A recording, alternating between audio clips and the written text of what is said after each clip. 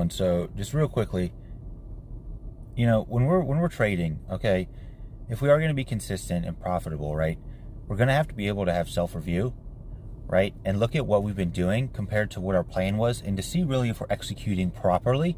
Because over time, obviously, we can start to, we'll say, slip a little bit, right, from our execution.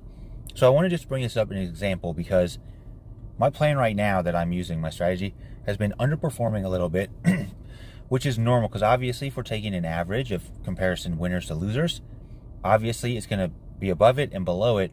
So if my strategy is 80% winners, obviously weeks going to be above, weeks going to be below. This is just normal, okay? It's just part of it. But we need to be able to have some introspection and look at what we're doing and really go back and look, am I executing my plan exactly right and still getting these results? If so, that's great. If I'm not executing properly, though, and getting results that are less than expected, okay, you got to be able to be like, okay, I need to get back on track. I need to make sure that I'm executing my plan to a T exactly the way that it was, right?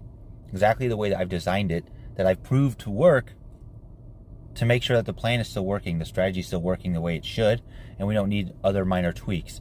If we just say, oh, I take a few losses in a row, and now it's just not working at all, that's not true, okay? It could be execution problems on your part. You could just be going through, you know, a little bit of a risk-off moment, right? You're just taking a couple losses. Things happen. If you have a strategy that's an 80% win rate, it's quite likely you're going to end up with 4, 5, 6 losses in a row every month, every couple months, okay? That's likely. So we have to be able to really go back and look at the basics and how did I design my plan? Am I executing exactly properly?